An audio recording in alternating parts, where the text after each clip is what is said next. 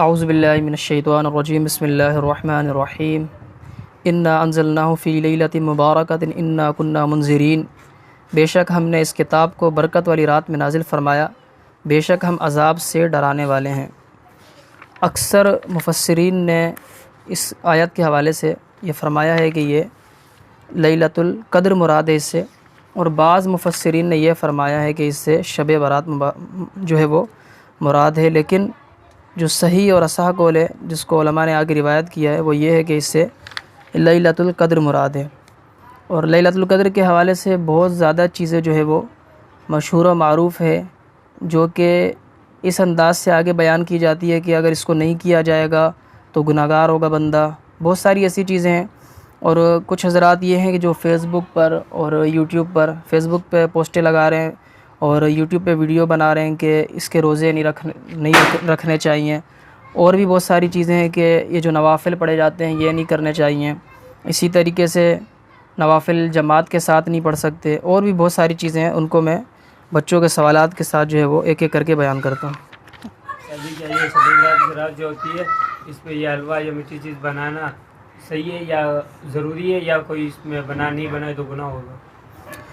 شب برات کے حوالے سے جیسے کہ سوال کیا کہ شب برات کے دن یعنی جو 14ویں تاریخ ہوتی ہے چاند کی، یعنی 15ویں تاریخ سے پہلے رواج یہ ہے کہ پاک و ہند کا رواج یہ ہے کہ میٹھی چیز بنائی جاتی ہے، اس میں بالخصوص حلوہ بنایا جاتا ہے اور اس کا ایصال ثواب کیا جاتا ہے۔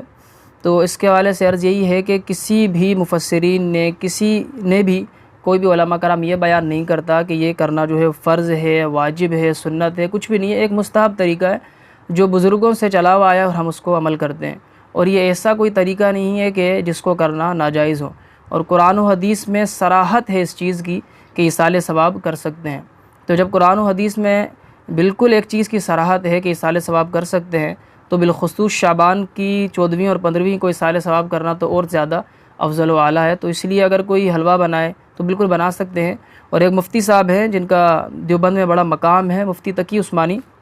انہوں نے بڑا اس کے اوپر لکھا ہے کہ جو ہے حلوہ بنایا جاتا ہے اور پھر لوگوں کو جو ہے وہ عبادت سے دور کر رہے ہیں، کہ بھئی لوگ عبادت سے دور ہو رہے ہیں اور حلوے میں مشغول ہو گئے ہیں، ساری چیزیں۔ تو ان کے لیے ایک پیغام ہے کہ کوئی بھی اس کو فرض و واجب تو کہہ نہیں رہا جو اتنا زیادہ یہ کہا جائے کہ ہم جو ہے وہ عبادت سے روک رہے ہیں، بلکہ یہ جو ہے ایصال ثواب کے لیے ہی بنایا جا رہا ہے، اور یہ بھی حقیقت میں ایک عبادت ہے، جو ان کو بھی پتہ ہے کہ ایصال ثواب کرنا عبادت ہے۔ تو اس طریقے سے تحریر لکھنا کہ جو ہے شیطان جو ہے وہ عبادت سے اس طرح مشغول کر رہا ہے تو حلوہ پکانے لگ جا رہے ہیں، یہ کرنے لگ جا رہے ہیں، تو وہاں اس چیز کو دیکھا جائے جہاں لغو کام کر رہے ہوں، اور حقیقت میں یہ کوئی لغو کام نہیں ہو رہا، بلکہ وہ حلوہ پکا رہے ہیں تو فاتحہ ہوتا ہے ہر گھر میں، اس کا ایصال ثواب پہنچایا جاتا ہے بزرگان دین کو، اور جو ان کے مرحومین جو ہے بھائی ہے، بہن ہے، جو دوست احباب ہے جن کا انتقال ہوتا ہے، ان کو وہ ایصال ثواب پہنچاتے ہیں، تو یہ بالکل جائز ہے۔ لیکن یہ نہیں کہ اب اگر کوئی نہیں کرے تو ہم اس کے اوپر زور زبردستی کریں کہ بھئی نہیں کر رہا گناہ ہے، نہیں، اس طریقے سے نہیں ہے، مستحب عمل ہے۔ مستحب عمل کے حوالے سے یہی ہے، کرو تو ثواب ہے، نہیں کرو تو گناہ گار نہیں ہوگا۔ اچھا جی، اور یہ 14ویں رات ہے، اس رات میں ہم سب کے گناہ اللہ پاک معاف کر دیتے ہیں، کوئی ایسے لوگ ہیں جن کے گناہ معاف نہیں ہوتے؟ اللہ تبارک و تعالیٰ اس رات کو جو ہے آسمان سے زمین پر تجلی فرماتا ہے، اور اللہ تبارک و تعالیٰ فرماتا ہے کوئی مجھ سے مانگنے والا، بخشش طلب کرنے والا، استغفار کرنے والا، میں اس کو جو ہے وہ مغفرت کروں، اس کی بخشش کروں۔ لیکن اس رات میں بھی جیسا کہ سوال کیا کہ کوئی ہے کہ جو بخشش سے محروم ہو، تو یہی لکھا گیا ہے حدیث سے جو اخذ کیا گیا ہے، اور حدیث میں کہ چند لوگ ہیں جو ان رات میں بھی جن کی بخشش نہیں ہوگی، جیسا کہ ایک مشرک ہے، مشرک کی بالکل بھی اس رات میں بھی بخشش نہیں ہوگی۔ دوسرا ہے کینہ پرور، کینہ رکھتا ہے اپنے دل میں۔ تیسرا ہے زنا کا عادی، جو زانی ہے، تم لوگوں کو پتہ ہے، اس کے حوالے سے تشریح کرنے کی ضرورت نہیں ہے، جو زانی ہے اس کی بھی اس رات میں بخشش نہیں ہوگی۔ چوتھا ہے ناحق قتل کرنے والا، مطلب کوئی شخص ایسے ہی جا رہا ہے اور پیچھے سے آئے اور کوئی اس کو فائر مار کے چلا جائے، تو یہ ناحق قتل کرنے والا ہے، اس کی بھی بخشش نہیں ہوگی۔ اور پانچواں جو بالعموم آج کل دیکھا جا رہا ہے، اور میرے پاس بھی بہت زیادہ سوالات آتے ہیں، یہاں تک کہ ابھی تو بچے کم بیٹھے ہوئے ہیں، ایسے جو 4 سے 5 یا دوسرے اور بھی بچے پڑھتے ہیں، اس کے اندر آتے ہیں کہ یہ بچہ جو ہے میری عزت نہیں کرتا، اس کو آپ سمجھائیں۔ تو پانچواں یہی ہے کہ جس کی بخشش نہیں ہوگی، اس کے اندر پانچواں یہ ہے کہ والدین کا نافرمان۔ تو ہمیں چاہیے کہ والدین کے جو ہے وہ بالخصوص والدین کا ادب جو ہے وہ لازمی کریں، کیونکہ ان چیزوں کے اندر 5واں نمبر اس کا ہے، یعنی جن کی بخشش نہیں ہوگی اس کے حساب سے یہ بھی ہے۔ چھٹا، شراب کا عادی، اور شراب کو ایسے ہی جو ہے نا ام الخبائث کہا گیا ہے، ام الخبائث یعنی خبیثتوں کی ماں، خبیثتوں کی ماں یعنی جڑ، مطلب شراب ایسی چیز ہے کہ جب بندہ اس کو پی لیتا ہے تو اس کو یہ نہیں پتہ چلتا کہ آگے بیٹھی ہوئی میری ماں ہے، میری بہن ہے، کون ہے، اس کو بالکل یہ پتہ نہیں چلتا، وہ بالکل جو ہے نا اپنے آپ کو سمجھو پاگل ہو گیا ہے، وہ کیا کر رہا ہے اس کو کچھ علم نہیں ہوتا، جب نشہ اترتا ہے تو پھر اس کو جا کے علم ہوتا ہے کہ میں نے کیا کیا ہے۔ تو یہ شراب کا عادی بھی، اس کی بھی بخشش اس رات کو نہیں ہوتی۔ اور 7واں، قطع تعلق کرنے والا، کہ بھئی ایک دو دوست ہیں یا بھائی ہیں بہن کوئی بھی ہے، وہ ایک دوسرے سے ناراض ہیں تو انہیں چاہیے کہ بالخصوص ان راتوں سے پہلے وہ ایک دوسرے سے جو ہے وہ معافی مانگ لے، جس کی غلطی ہے وہ معافی پہل کرے تو اچھا ہے، لیکن اگر وہ نہیں مانگ رہا تو ہم جو ہے وہ خود جا کے اس سے معافی مانگ لیں، کیونکہ معافی مانگنے سے ہمارا قد نیچے نہیں ہو جائے گا،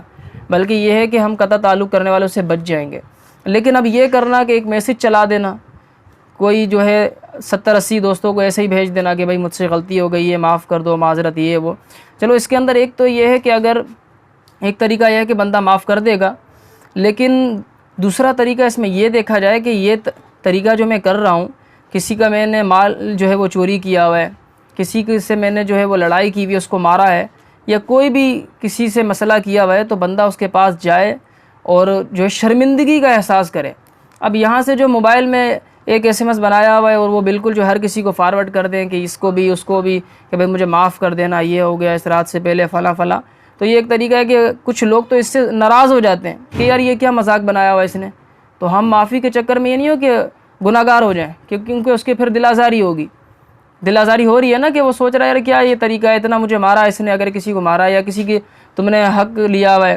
یا کسی کی زمین پہ قبضہ کیا ہوا ہے، تم نہ اس کو زمین دے رہے ہو، یا کسی کی چوری کر لی ہے نہ اس کو پیسے دے رہے ہو، بولے یار یہ کیسی معافی مانگ رہا ہے، جو ہے پیسے بھی واپس نہیں کر رہا اور جو ہے وہ معافی بھی مانگ رہا ہے، تو اس سے اور لوگ ناراض بھی ہو سکتے ہیں، تو اس سے بچو۔ اگر تم نے حقیقی معنوں پہ معافی مانگنی ہے اس سے، تو تم یہ عمل اپناؤ کہ اس کے پاس جاؤ، اس سے شرمندگی کا جو ہے وہ اظہار کرو، اگر اس سے کوئی غلطی تم نے اس سے کی ہے تو اس سے بالکل جا کے اس کا نام لے کر اس سے معافی مانگو، اور یہ بھی عہد کرو کہ آئندہ میں یہ کام نہیں کروں گا۔ تو یہ حقیقت میں معافی کا صحیح طریقہ ہے۔ اور کون سے سوالات ہیں؟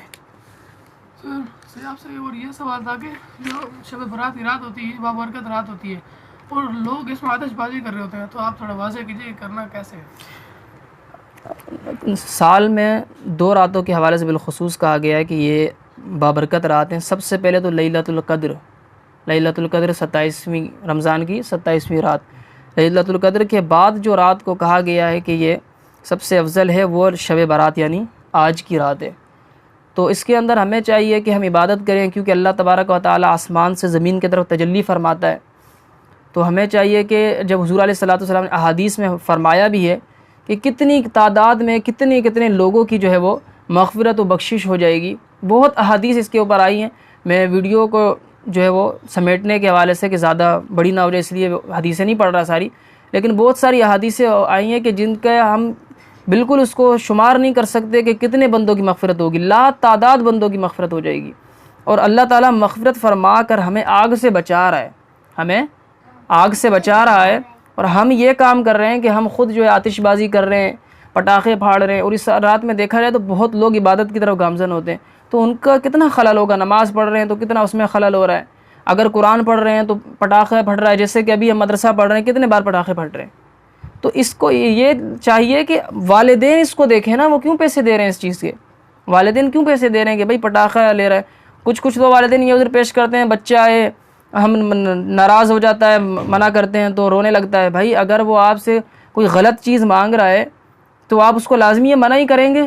ایک بات ہے آپ سے وہ کہے کہ بھائی میں آگ میں ہاتھ ڈال رہا ہوں، آپ تو روکے گا نا اس سے، تو پھر یہ بھی ایک یہی چیز ہے، آگ کے ساتھ کھیلنا ہے۔ اور اس کے اندر ایک اور چیز میں عرض کر دیتا ہوں کہ اعلیٰ حضرت علیہ الرحمہ نے فتاوی رضویہ شریف میں فرمایا ہے کہ اعلیٰ حضرت علیہ الرحمہ فرماتے ہیں کہ آتش بازی جس طرح شادیوں اور شب برات میں رائج ہے، بے شک حرام اور پورا جرم ہے کہ اس میں جو ہے وہ مال کا ضائع کرنا ہے، مال ضائع ہو رہا ہے نا بیٹا، یہ اسراف ہے، اور اسراف کیا ہے، گناہ ہے نا۔ تو یہ اس چیز سے دیکھا جائے کہ آتش بازی کہیں بھی کی جائے، وہ شب برات ہو شادیوں کا میلہ ہو یا کہیں بھی ہو تو یہ ایک چیز حرام ہے، تو ہمیں اس کو چاہیے کہ ہم اس کو ختم کریں۔ اور نوافل کے حوالے سے کس کا؟ ابھی آپ سے یہ سوال تھا کہ اس بابرکت رات میں جو نوافل پڑھے جاتے ہیں کیا ان کو جماعت کے ساتھ پڑھ سکتے ہیں؟ نوافل کو جماعت کے ساتھ پڑھنے کے حوالے سے علماء نے یہی لکھا ہے، اور اس میں ایک چیز یہ بھی عرض کر دوں کہ ان راتوں میں جیسے شب برات ہو گئی، یہ رات ہے لیلۃ القدر ہو گئی، اس میں ان راتوں میں صلاۃ التسبیح جو ہے نا وہ بھی پڑھی جاتی ہے۔ جماعت کے حوالے سے بھی عرض کرتا ہوں، اور کچھ لوگ جو ہے وہ صلاۃ التسبیح کا طریقہ پوچھ رہے ہوتے ہیں، تو صلاۃ التسبیح کے طریقے کے حوالے سے بھی عرض کر دیتا ہوں کہ اس کی 4 رکعتیں ہیں، اور عام جیسے نماز ہے، جیسے کہ ہم تکبیر تحریمہ کہتے ہیں اللہ اکبر، تو اللہ اکبر کہہ کر ہم شروع کریں گے، اور اس کے بعد وہی سبحانک اللہم و بحمدک یعنی پوری ثنا پڑھیں گے۔ پھر ثنا پڑھنے کے بعد ہم 15 بار جو ہے وہ تیسرا کلمہ یہاں تک پڑھیں گے، سبحان اللہ والحمد للہ ولا الہ الا اللہ واللہ اکبر۔ یہ کتنی بار پڑھیں گے؟ 15 بار ثنا پڑھ لی، اس کے بعد 15 بار یہ پڑھیں گے، اس کے بعد پھر تعوذ پڑھیں گے، تسمیہ پڑھیں گے یعنی اعوذ باللہ اور بسم اللہ، اس کے بعد الحمد شریف پڑھیں گے، اور کوئی بھی جو صورت یاد ہے، نہیں کوئی بھی نہیں سوری، اور صورت پڑھ کر 10 بار، ہاں صحیح ہے، کوئی بھی جو صورت یاد ہے اس کو پڑھ کر 10 بار یہی تسبیح پڑھیں گے۔ کون سی تسبیح؟ سبحان اللہ والحمد للہ ولا الہ الا اللہ واللہ اکبر۔ یہ تسبیح کتنی بار پڑھیں گے؟ 10 بار۔ شروع میں کتنی بار پڑھی تھی؟ 15 بار۔ پھر یہ کتنے پڑھیں گے؟ کتنی ہو گئی؟ 25 ہو گئی، اور یہ 25 ہو گئی، اور اب پھر ہم کریں گے رکوع۔ رکوع کے اندر پھر ہم پڑھیں گے تسبیح، جیسے کہ سبحان ربی یہ ہم نے جیسے پڑھی جاتی ہے 3 بار 7 بار، جیسے بھی ہے، جس طریقے سے تم پڑھتے ہو 3 بار 7 بار 5 بار، اس کو پڑھنے کے بعد پھر یہ تم نے جو ہے وہ سبحان اللہ والحمد للہ یہ 10 بار پڑھنا ہے۔ کتنے ہو جائیں گے؟ 25 پہلے ہوئے تھے، 35۔ پھر تم نے سمیع اللہ لمن حمیدہ کا، اس کے بعد کھڑے ہوئے، پھر اس کی تسبیح پڑھنے کے بعد 10 بار یہ پڑھنا ہے۔ کتنے ہو گئے؟ 45۔ اسی طریقے سے سجدے میں گئے، سجدے میں تسبیح پڑھنے کا، یہ یاد رکھنا ہر جگہ تسبیح پڑھنے کے بعد تسبیح پڑھ لی، اس کے بعد 10 بار سجدے میں پڑھا، کتنے ہو گئے؟ 55۔ سجدے سے اٹھے، جلسہ جو ہوتا ہے 2 سجدوں کے درمیان جو بیٹھتے ہیں، اس میں 10 بار یہ پڑھا، کتنے ہو گئے؟ 65۔ پھر سجدہ کیا، پھر جو ہے وہ کتنی بار پڑھا ہے؟ 10 بار پڑھنا ہے، کتنے ہو گئے؟ 75۔ اسی طریقے سے تینوں رکعتوں میں 4 رکعتیں ہوتی ہیں، 75 کر کے ہم کریں گے تو کتنے ہو جائیں گے؟ 4 بار 75 کتنے ہو گئے؟ 300 ہو گئے۔ تو یہ 300 بار اس کو پڑھنا ہے، اور لیکن یہ یاد رکھنا کہ ہر بار تسبیح جو ہے وہ جیسے رکوع کی تسبیح ہے تو رکوع کی آپ نے پڑھنی ہے سبحان ربی العظیم، سمیع اللہ لمن حمیدہ کا ہے تو اللہم ربنا ولک الحمد، اسی طریقے سے سجدے میں سبحان ربی الاعلی، اسی طریقے سے جلسے میں رب اغفر لی۔ اچھا، یہ صلاۃ تسبیح کا طریقہ میں نے بتا دیا کہ لوگ اس کے حوالے سے پوچھتے ہیں۔ اب جو سوال کیا تھا کہ کیا ان راتوں میں نوافل کو جماعت سے پڑھ سکتے ہیں یا نہیں، تو اس کے حوالے سے عرض کرتا چلوں کہ برصغیر میں معمول یہ ہے کہ شب برات میں صلاۃ التسبیح با جماعت پڑھی جاتی ہے۔ اس پر یہ اعتراض ہوتا ہے کہ نوافل کی جماعت مکروہ ہے، تو اعلیٰ حضرت علیہ الرحمہ نے باحوالہ لکھا ہے کہ یہ کراہت تحریمی نہیں ہے، یہ صرف اور صرف تنزیہی ہے۔ بیٹا تحریمی اور تنزیہی کا فرق بتا دیا تھا نا، یہ قرات صرف اور صرف تنزیہی ہے، اور اگر دوام کے ساتھ نوافل کی جماعت نہ کرائی جائے، یعنی لوگوں کو بلایا نہیں جائے، جمع وما نہیں کیا جائے، بالکل اکٹھا کرنا یہ وہ، دوام کے ساتھ جماعت نہ کرائی جائے تو پھر یہ مکروہ تنزیہی بھی نہیں ہے۔ اعلیٰ حضرت امام احمد رضا فرماتے ہیں فتاوی رضویہ جلد 7 صفحہ نمبر 431 پر، اس مسئلے کی اصل یہ ہے کہ جب نوافل کی جماعت علی سبیل تداعی ہو تو صدر شہید کی اصل میں ہے کہ یہ مکروہ ہے، لیکن اگر مسجد کے گوشے میں بغیر اذان و تکبیر نفل کی جماعت ہوئی تو کراہت نہیں۔ اور شمس الائمہ حلوانی نے فرمایا ہے کہ اگر امام کے علاوہ 3 افراد ہوں تو بالاتفاق کراہت نہیں ہے، بالاتفاق کراہت نہیں، اور اگر مقتدی 4 ہوں، اور اگر مقتدی 4 ہو جائیں تو اس میں مشائخ کا اختلاف ہے، اور اصح جو ہے یہ ہے کہ کراہت نہیں ہے۔ تو اس کے حوالے سے آگے عرض کرتا چلوں کہ ہر چند کے شب برات اور دیگر جو بھی مقدس راتیں آتی ہیں ان میں نفلی عبادت کرنا بلا کراہت جائز ہے، بلکہ مستحب ہے اور مستحسن ہے۔ کچھ لوگ یہ کہتے ہیں نا کہ یار یہ کیا تم لوگوں نے مغرب کے بعد جو ہے وہ 6 نوافل کا ایجاد کر دیے ہیں، تو بھائی نماز پڑھنا پہلے ہی عبادت ہے نا، نماز پڑھنا پہلے ہی عبادت ہے، کوئی گناہ کا کام تو اسٹارٹ کیا نہیں ہے۔ اور نہ ہم اس نفل کو یہ کہہ رہے ہیں کہ یہ پڑھنا فرض ہے، واجب ہے، سنت مؤکدہ ہے کہ اگر نہیں پڑھو گے تو گناہ گار ہو جاؤ گے۔ ہم نے یہی کہا ہے کہ یہ بزرگوں کا طریقہ ہے، بزرگوں سے چلتا آ رہا ہے اور یہ نفل عبادت ہے، تو اس کو ہم کسی پر جبر نہیں کر رہے کہ آپ نے لازمی پڑھنی ہے جو گناہ گار ہوں گے، لیکن یہ ایک مستحب طریقہ ہے، اس کو کرنا چاہیے۔ لیکن بالخصوص دیکھو صلاۃ التسبیح ہو گئی، یا یہ جو 6 نوافل مغرب کے بعد پڑھے جاتے ہیں یہ ہو گئے، یا تم جو بھی نوافل پڑھ رہے ہو یہ ہو گئے، تو یہ ہے نوافل۔ لیکن جو حضرات بالغ ہو چکے ہیں انہیں یہ چاہیے کہ ان کی جو فرض نماز قضا ہو گئی ہے نا بالغ ہونے سے لے کے اب تک، تو وہ یہ کیا کریں کہ اپنی ان راتوں میں بالخصوص فرض نماز کی قضا کیا کریں،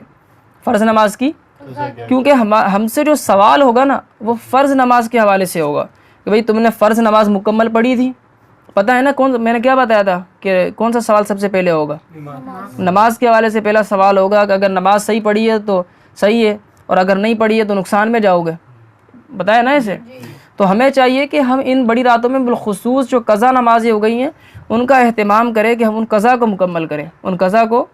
مکمل کریں۔ نوافل جو ہے وہ صحیح اللہ تعالیٰ سے قرب کا ایک ذریعہ ہے، لیکن جس کی فرض ہی مکمل نہیں ہو رہی ہے تو وہ جس چیز کا سوال ہوگا ہمیں چاہیے اس کو مکمل کریں، نوافل کا سوال نہیں ہوگا۔ اور یہ بھی بتاتا چلوں کہ جو قضا ہے ان کا طریقہ کیا ہے۔ اگر کسی کی فرض فجر کی قضا ہوئی ہے تو وہ صرف اتنی نیت کر لے کہ میری جو فجر کی سب سے پہلی جو ہے وہ فجر قضا ہوئی ہے میں اس کی نیت کرتا ہوں۔ اسی طریقے سے جب تم اس کو پڑھ لو گے تو لازمی سی بات ہے تو دوسری تمہاری فجر قضا ہوئی وہ پہلی بن جائے گی، تو یہی نیت کرتے رہو ہر نماز میں کہ جو میری سب سے پہلی فجر قضا ہوئی ہے یا میری جو سب سے پہلی ظہر، عصر، مغرب، عشاء، اس طریقے سے تمہارے اوپر سے جو ہے وہ جو بھی قضا ہے وہ اترتی جائیں گی۔ اور اسی طریقے سے جو نوافل آ رہے ہوتے ہیں نا نماز میں، ان میں بھی یہ کیا کرو کہ نوافل کی جگہ جیسے کہ کیا نام ہے مغرب میں 2 رکعت ہیں، عشاء میں جو نوافل ان کی جگہ بھی قضا اپنی مکمل کرو، قضا اپنی مکمل کرو، سنت مؤکدہ نہیں چھوڑ سکتے ہاں، لیکن باقی جو نمازیں ان کو چھوڑ کے تم قضا جو ہے مکمل کرو گے تو یہ بہت زیادہ بہتر ہو جائے گا۔ میں اللہ تبارک و تعالیٰ سے یہی دعا کرتا ہوں کہ اللہ تبارک و تعالیٰ ہم سب کو روزہ رکھنے کی توفیق عطا فرمائے، کیونکہ اس کی بہت زیادہ حضور علیہ الصلوۃ والسلام کی احادیث میں یہ ہے کہ اس کا بہت زیادہ ثواب ہے کہ حضور علیہ الصلوۃ والسلام نے فرمایا ہے کہ حضور علیہ الصلوۃ والسلام کا ایک اور عمل یاد رکھو کہ رمضان کے بعد، رمضان میں تو 30 روزے فرض ہیں،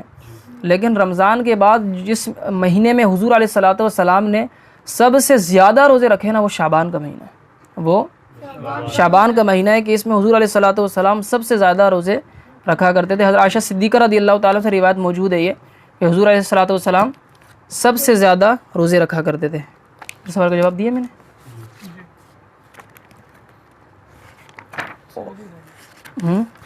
اس صلاۃ و تسبیح کا بھی تو ہو گیا نا بیٹا۔ اور 1-2 چیزوں کی وضاحت کر دوں، یہ جو جن کی مغفرت نہیں ہوگی وہ اس کا صلاۃ و تسبیح کا تو اسی میں بیان کر دیا نا میں نے، جس کی مغفرت نہیں ہوگی اس کا میں نے تمہیں صرف نام بتا دیے کہ کن کی مغفرت نہیں ہوگی، اور اس کا جو حدیث اس کے حوالے سے آئی ہے وہ بھی ایک حدیث میں پڑھ دیتا ہوں کہ کن کی مغفرت نہیں ہوگی۔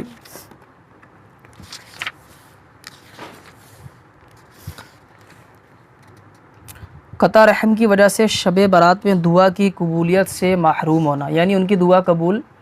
نہیں ہوگی،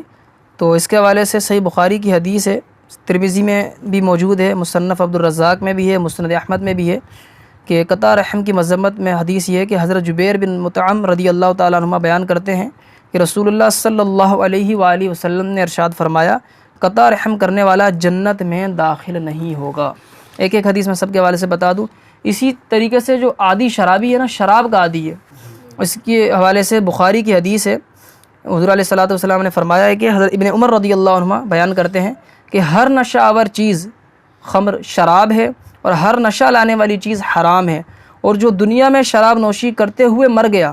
اور اس نے دائماً شراب نوشی سے توبہ نہیں کی، یعنی ایسی توبہ نہیں کہ یا اللہ میں اب ہمیشہ یعنی کبھی بھی جتنی بھی میری عمر ہے شراب نہیں پیوں گا، تو دائماً توبہ یہ آ رہی ہے کہ دائماً شراب نوشی سے توبہ نہیں کی، وہ آخرت میں شراب نہیں پی سکے گا۔ تمہیں پتہ ہے جنت کی شراب الگ ہے اور دنیا کی شراب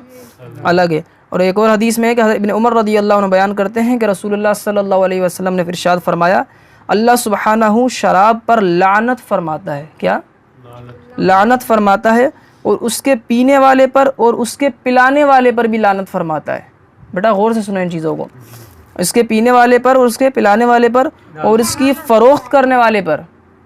اور اس کے خریدنے والے پر اور اس کے نچوڑنے والے پر اور اس کے نچڑوانے والے پر، اس کے اٹھانے والے پر، اور جس کے پاس وہ اٹھا کر لائی جائے اس پر بھی اللہ تبارک و تعالی